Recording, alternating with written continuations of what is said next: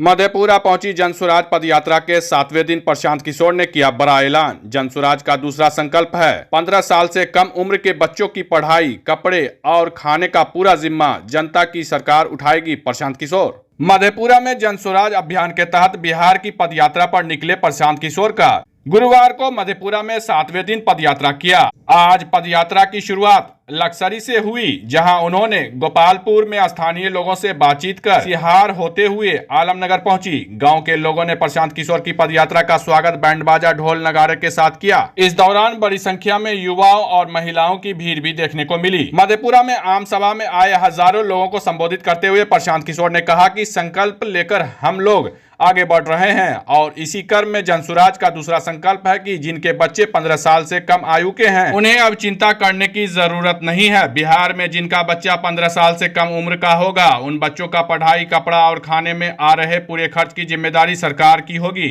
इसके साथ ही जब अगले साल जनता का राज बनेगा तब नाली गली बने चाहे ना बने, साल भर के अंदर जितने आपके घर के लोग रोजी रोजगार के लिए बाहर गए हैं उन्हें वापस बुलाकर बिहार में ही रोजगार मुहैया कराया जाएगा। इसके आगे प्रशांत किशोर ने कहा कि जनसुराज का दूसरा संकल्प है 60 वर्ष से अधिक उम्र के लोगों को 2000 रुपए पेंशन की व्यवस्था करेंगे ताकि उन्हें किसी के आगे हाथ न फैलाना पड़े। आपके गांव पंचायत में और कुछ हो या न हो, आप सभी के बच्चों के पढ़ाई और रोजगार का व्यवस्था होना चाहिए कि नहीं होना चाहिए?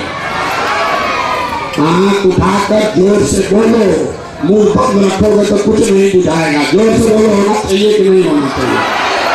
जोर से बोलिए, होना चाहिए कि नहीं होना चाहिए?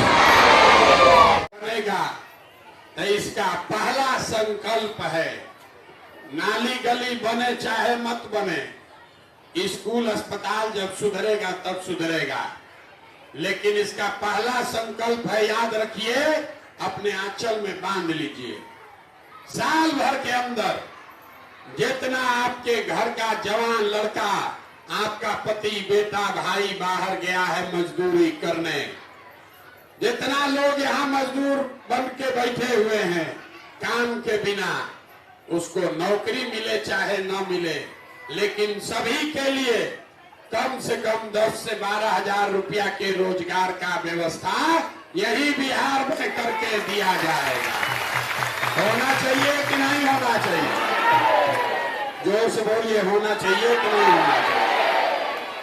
दूसरा संकल्प, जिसका जिसका बच्चा 15 साल से कम उम्र का है, 15 साल से कम उम्र के हर बच्चे का पढ़ाई का जिम्मा, पूरा जिम्मा, उसका कपड़ा, खाना, पढ़ाई का पूरा जिम्मा सरकार उठाएगी, जनता का सरकार उठाएगी।